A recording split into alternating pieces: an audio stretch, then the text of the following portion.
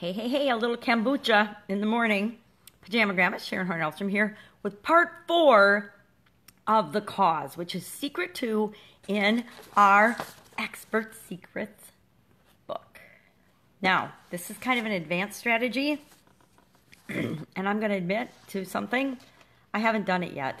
I haven't done it yet, and I could make some excuses, but mostly it's because I was scared to, and I haven't done it yet. I haven't done it for my businesses. I've never done it for my businesses. I never even thought to do it for my businesses. My brick and mortar businesses, we sort of just did word of mouth advertising. That was the way and the modus operandi that I ran my brick and mortar businesses. Except that's not true, because in real estate we did a lot of marketing. We did a lot of lumpy mail, Dream 100 marketing type stuff that was really, really successful. So I will be definitely sharing some of those things with you because they are fun and exciting, and they're so effective and so successful that everybody should be doing it. Most people, the vast majority of people, never will, but everybody should be doing it. Kind of like this strategy today. It is all about making a video for your title of liberty. And there's on page, the description of it starts on page 44 and goes to just to page 47. But it gives a really good example of and how Russell wrote the title of liberty for funnel hackers and for funnel hackers. We're funnel hackers. That's the category in the group that he's creating, the culture that he's developing for the book Expert Secrets and for the ClickFunnels software. It's really all for the ClickFunnels software. It's really fascinating when you take a step back and you model and watch what other successful people do. And Russell is a fascinating person to watch because he watches all of the other thought leaders and models the best of what they do with respect to marketing anything and marketing your expertise. So if you want to find out the best way to market your expertise, Expert Secrets, or anything, not only read the book Expert Secrets, but actually watch what he does.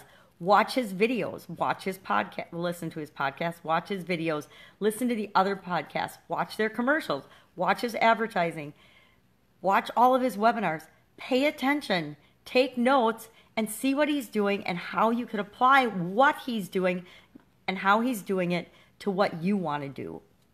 And you know, I've known that for a really long time, that that's the way to be successful, but I haven't ever done much of that in a really advanced way. I've pretty much just done my own thing and figured things out.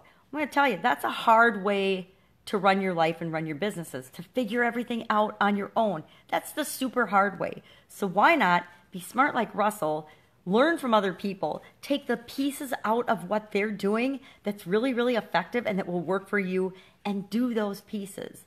Now, I know that asking you to make a title of liberty video is really, really going to stretch your comfort zone. It stretches my comfort zone.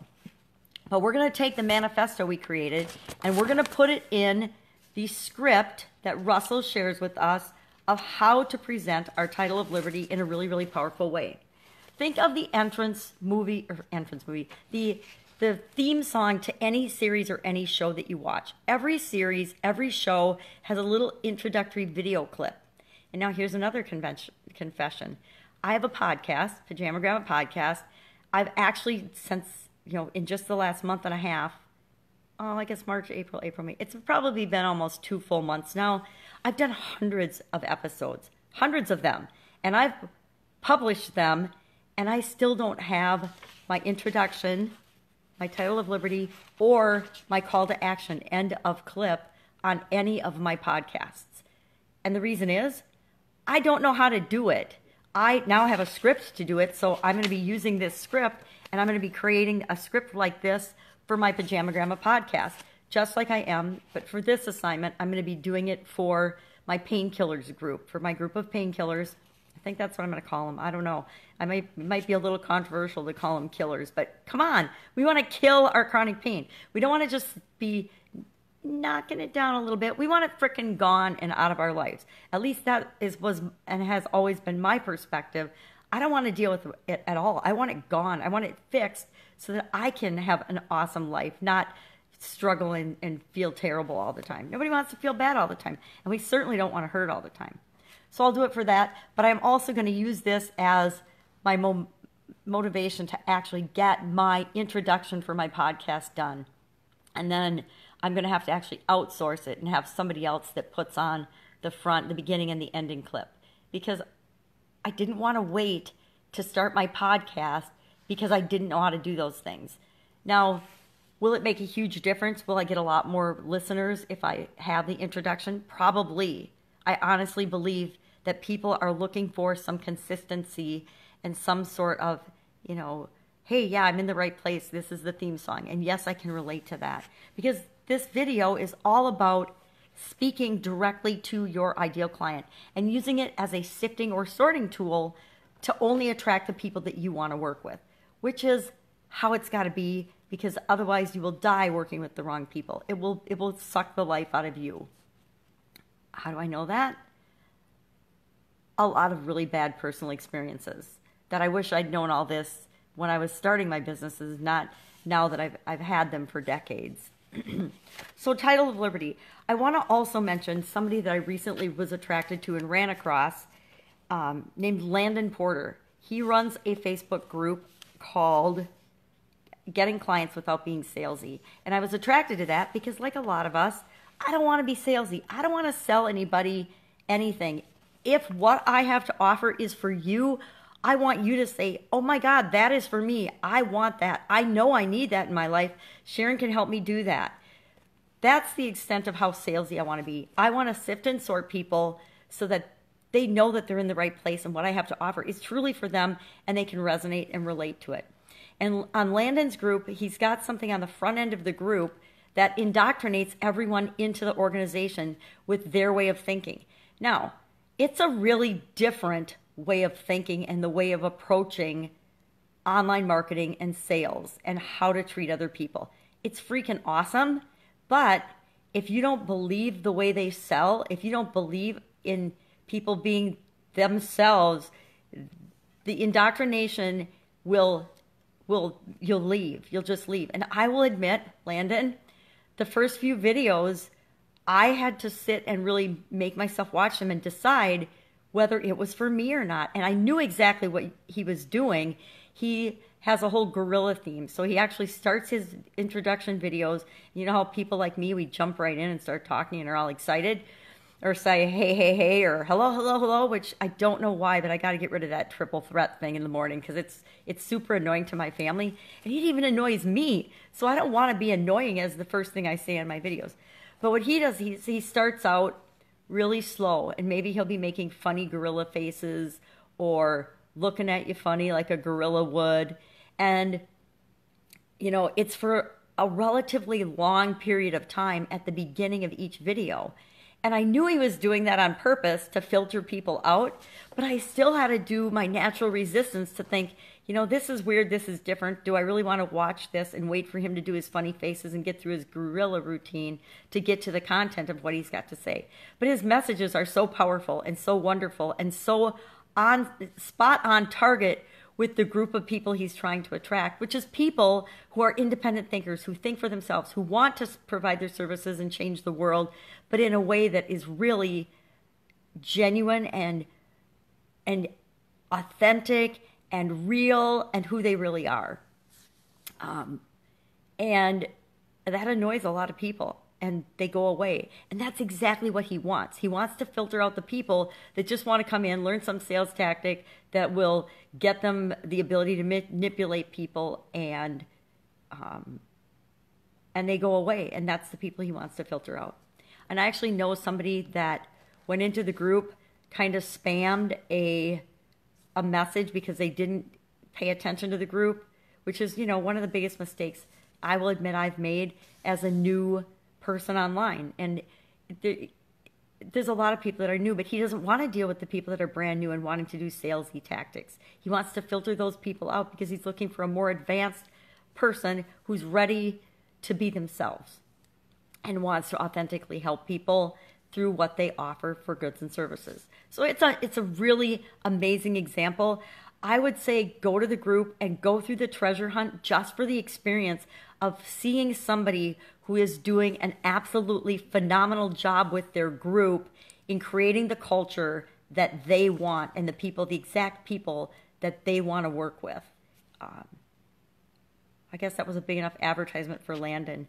I don't even know him, never met him, but I absolutely love what he and his wife are doing with this group. It is such a powerful example of how you can change the world in your own unique way, and you don't have to fall for all the tricks and traps that other people and other people that aren't really doing what they say they're doing try to teach you and try to get you to think you need to do.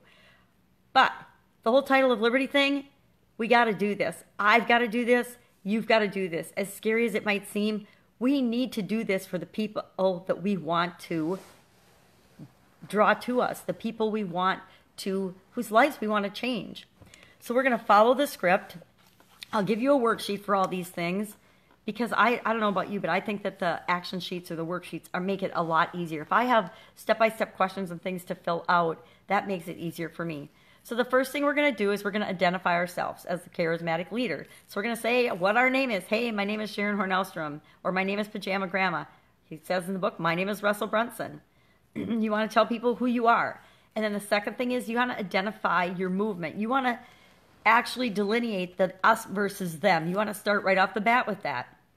So Russell says, I'm part of a group of underground entrepreneurs you've probably never heard of. So if it's easier for you, what I do when I'm first creating some of these things, because it's harder, including the manifesto, I look at somebody else's and I say, okay, well, how does that relate to who I'm talking to and my niche? And you can do the same thing with this. Go along with the book and, tweak it for your group and your area of expertise and write that out first and then read that. And you'll know if it doesn't feel right or sound right. Because you know what? We're not all going after entrepreneurs, right? I'm going after people with chronic pain and helping people with chronic pain. People with chronic pain aren't an underground group of entrepreneurs.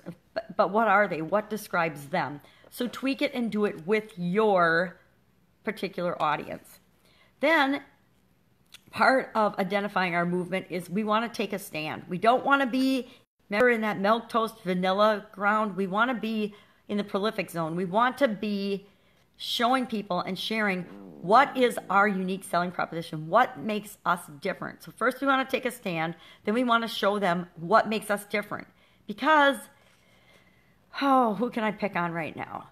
Well, anything. Anything you're doing, there's other people doing, and there's probably thousands of other people doing it.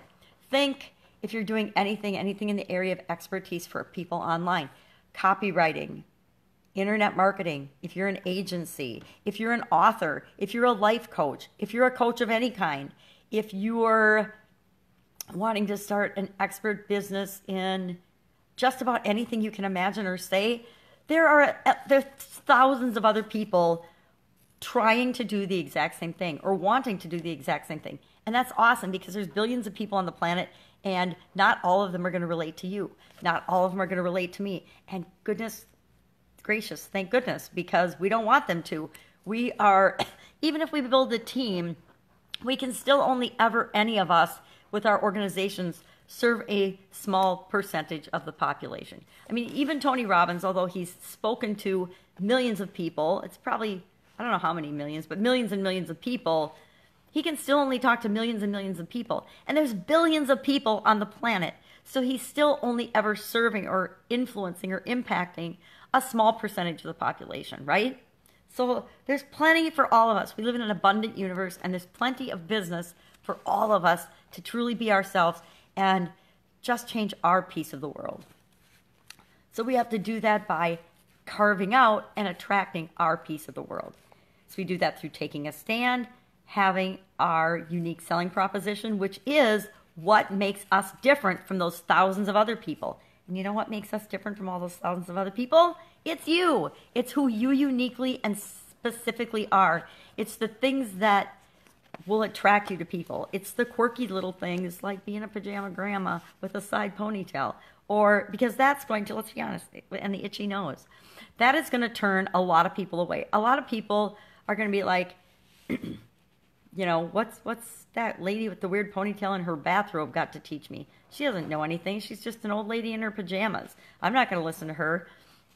And I'm absolutely cool with that because I only want to help people that actually know that with a side ponytail and gray hair and the willingness to show up in your bathrobe might mean that you've got a little experience and a little wisdom under your belt that they could learn from. But if they don't see that, if they don't understand that they can learn something from everybody, I don't want to work with them. I don't want to work with people that are that judgmental and shallow, because people that judge and make, okay, this is going to be kind of cruel, right? But it's my way of sifting people out. If people immediately judge that someone who's being themselves and showing up in a comfortable way and in their bathrobe and pajamas can't help them, then they're not the type of people I want to work with, because they're not at a certain level of development that they would understand that there's wisdom there. It's like people that disrespect old people, or, you know, and it's usually young people, not always, but sometimes middle age, but people that just automatically disregard and disrespect old people. I find it fascinating because guess what? The reason they're old is because they've survived all the other crap that the rest of us are going through right now, right? My grandmother is 98 and a half years old. She'll be 99 in October. When I get any opportunity to go hang out with my grandma, I jump at the chance. And I didn't used to. When I was well embroiled in my brick and mortar world, I said no a lot to going and seeing my grandma because I wasn't making her a priority. I wasn't making people a priority. And now in my life, guess what? As you get older and more wise, and you don't even have to be older to be more wise, but as you get more wise, you understand that we're only here for a short period of time, any of us. Even if we're here for 99 or 100 and some years, that is still a relatively short period of time in the vast eons of the existence of time. So, same thing with wise people. I want people to know that people that are older have obviously figured some stuff out that maybe I haven't figured out, and I can learn something from absolutely everyone. And guess what? Even if people that are around us or that we come in contact with are super negative or a bad example, there's still an example that we can learn from. We can learn how we don't want to be and how we don't want to act. And that's part of what the whole Title of Liberty video is about. And I know it's scary to create a video for a lot of people. It used to be super scary for me. And the reason I haven't done my Title of Liberty video is because it is a little scary for me. But I'm doing mine. I'm going to do it. I will get it done. It's only like a minute-long video. It doesn't have to be long. And I'm going to write out the script, but I will encourage you to come up with a script, but then speak from your heart. As you're doing your Title of Liberty, I think it's so much better if we're just talking to our people. And you can do it more than once. You can do it with the script and then practice it a couple of times. And you can practice it as many times as you want until you can say what you want to say and get it across without reading it or doing a script. Because I don't know about you, but somebody's sitting there and reading, I am a funnel builder. I am so excited. Even if it's off camera, I am a funnel builder. I am so excited. You can totally tell, right? That is why you get so much rambling with my videos, because I don't want to be scripting it all out and reading it.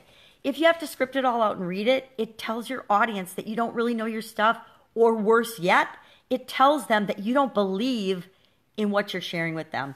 And on your Title of Liberty, if you don't believe it, if you're reading it off, no one or very few people are going to follow you. They might follow you because they believe in your message and they can hear it in your passion and the tone of your voice. But it's pretty hard to be passionate and be yourself and be vulnerable and attract people if you're reading off a script. So as much as I think scripts are really powerful and helpful to give you an idea, the truth is, and I learned this back in the real estate days, real estate, one of the things gurus always try to do is sell you their script or do their script. And so do marketing people, and so does almost every other discipline on the planet from what I've seen, is they try to sell you their scripts or their secret scripts or their book. Guess what?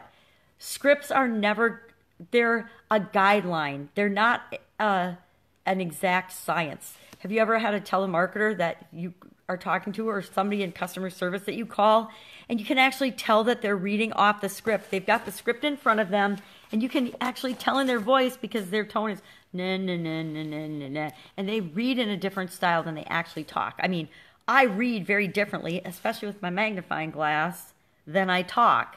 And I think people know that and can tell that. So if you want to be an expert, if you truly are an expert, you don't have to read things off. We have another example. I'm in a mastermind group with a group of people, and you can always tell, and you guys, you get really smart with this after a while. And I'm not that old with respect to online marketing. I'm pretty new at it. But even I, over the years, can tell when somebody's just reading a script or when they're actually delivering their message. And we're attracted to people that deliver a message. We're not particularly attracted to people that are reading a script or even if they memorize and are reciting a script. If it's not your own, it comes through as not being your own. So when my husband and I were in real estate, we had, you know, I'm talking too much when my alarm goes off. We learned scripts and we're exposed to scripts, but what we did is we would take a little Post-it note, like this little star Post-it note, and we would just write keywords on it. I don't even know what I have on this one. What's wrong in your industry and who do you fight against? So I would write myself little notes like that just remind me, or keywords of questions that I would want to ask someone when I was talking to them on the phone. And after you do a lot of calls, or if you do a lot of anything, or if you do your Title of Liberty, or if you do your webinars, pretty soon you don't need to be reading anything. Now, I will admit that on our slides, as we create our webinar down the road, there are slides that we read off, but we read them off for a specific reason. There's a reason we're reading them off, and it's usually for emphasis, and so people really get the message in the way that we're presenting it. And that's part of the art of doing anything. But I will say the best thing that you can do is learn this Title of Liberty, figure it out, and then deliver it in your own impassioned voice. Lady Boss, when she did hers, she did her first one, if you belong to her community. The first introduction, she did a quick video, and all her husband did was he grabbed the video camera and she talked about what a lady boss was, what it meant to her, and why it was important. And that's how they came up with their first introduction to them. Now, I don't know if she's changed that yet. I honestly haven't gone back to listen to it, but I might do that because it'll give me some incentive and some idea. But if you listen to anybody's introduction to like their podcast, and people that are doing it right, I'm going to say, I believe John Lee Dumas, Jim Edwards, Stephen Larson. I'm trying to think of people that I listen to that I know for sure. Alex Sharfin, Russell Brunson, of course. I'm trying to think if Dave Woodward has an introduction to his yet. He does to the funnel hacker stuff that he does, but not to his personal one. So I don't feel so bad because, you know, he's a lot more successful than me, and he's just learning these things as well, which is really exciting. And we're watching his journey. If you've caught any of his Facebook Lives, they're really fun. They're very educational, and he's learning his voice just like the rest of us are, just like I am, just like you will be if you haven't started already. So this is your challenge today. Do your Title of Liberty video and at least write out your script and start thinking about it and practicing it and seeing how it sounds in your head. Do it in the bathroom mirror if you're not ready to do it on your video yet.